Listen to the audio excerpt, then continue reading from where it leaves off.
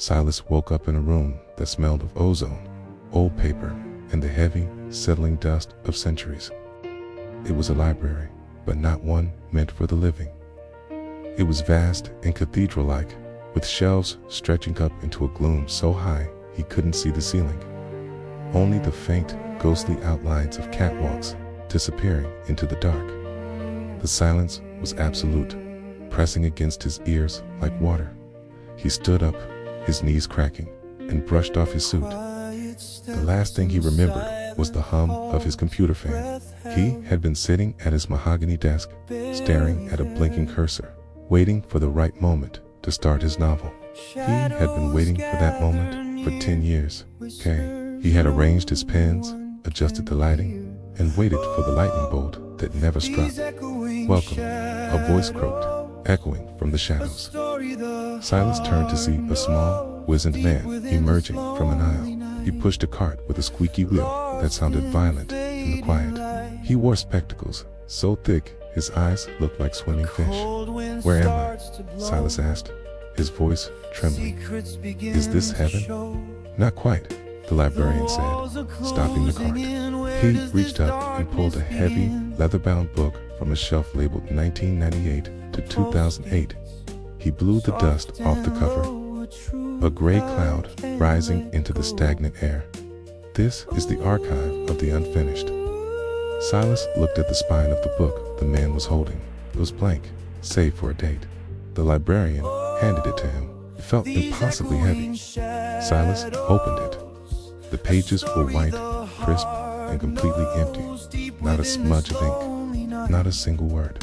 "Who wrote this?" Silas asked. "You did," the librarian said. "That is the book you were going to write the summer you turned 25. You bought a new laptop for it. You researched typewriters for authenticity. You brewed specialized coffee. But you didn't feel inspired that morning, so you decided to wait until the evening. Then you were too tired, and the next day you were too busy." Silas felt a cold knot in his stomach. He closed the book. It made a hollow thud. He looked at the shelf next to him. It was packed with thousands of volumes. Some were thin, some were encyclopedic in size. "And these, the collection of your potential," the librarian said, tapping a thick blue volume. "These are the businesses you were going to start once the economy looked better. These are the marathons you were going to run once you got in slightly better shape first." He gestured to a row of dusty binders that looked untouched. "These are the languages you were going to learn, the instruments you were going to play, and the apologies you were going to make once you found the perfect words." Silas walked down the aisle.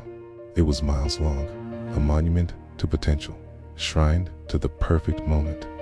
He saw a section labeled Travel, containing empty photo albums of trips he never booked because the season was quite right. "It's tragic," Silas whispered, running a hand along the spines. They felt cold to the touch. I never had the motivation. I was waiting for the spark. If I had just felt the drive, I would have filled this library. I wanted it to be perfect." The librarian laughed, a dry, rattling sound like dead leaves skittering on pavement. "Oh, Silas, you have it backwards. You think motivation is the fuel that starts the engine? It is not. Motivation is the exhaust." The old man pushed his cart past the towering shelves of pristine, empty books to a tiny, dimly lit corner of the library. It looked neglected. There, on a small, wobbly pedestal, sat a single, thin pamphlet. It was tattered, dog-eared, and covered in coffee stains. It looked like trash compared to the majestic bindings around it. "What is that?" Silas asked. "Read it." Silas picked it up. It was warm to the touch, vibrating with a faint energy. He opened it. It was messy. The grammar was imperfect. The handwriting was shaky and crossed out in places. But as he read the first paragraph, he felt a strange warmth bloom in his chest. The story was alive. It pulled him in. It was rough, jagged, but it was real. I remember this," Silas said softly. I wrote this on a napkin in a diner outside, strictly because my phone died. My car had broken down. I was freezing. I was angry, and I didn't want to be there. I just started writing to keep my mind off the cold. Exactly. The librarian said, his eyes gleaming behind the thick glass. You didn't wait for the fire to build the furnace. You built the furnace, and the friction of your work created the heat. The librarian took the pamphlet back and placed it gently on the pedestal. It was the only thing in the room that mattered. The spark you spent your life waiting for, Silas, doesn't come from the heavens. It comes from the striking of the flint. You have to strike the rock before you get the fire. You waited for the feeling to create the action, but the action creates the feeling. Silas looked back at the miles of empty, pristine books, the perfectly planned and executed life, the heavy, beautiful tombstones of his good intentions. Then he looked at the dirty, beautiful pamphlet. Can I go back? Silas asked, his voice cracking. I have a lot of rocks to strike. The librarian smiled, a genuine expression that cracked his parchment skin.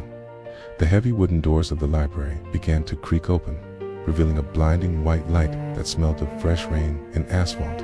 Only if you promise not to wait until you feel like it. Silas stepped toward the light, leaving the silence behind him.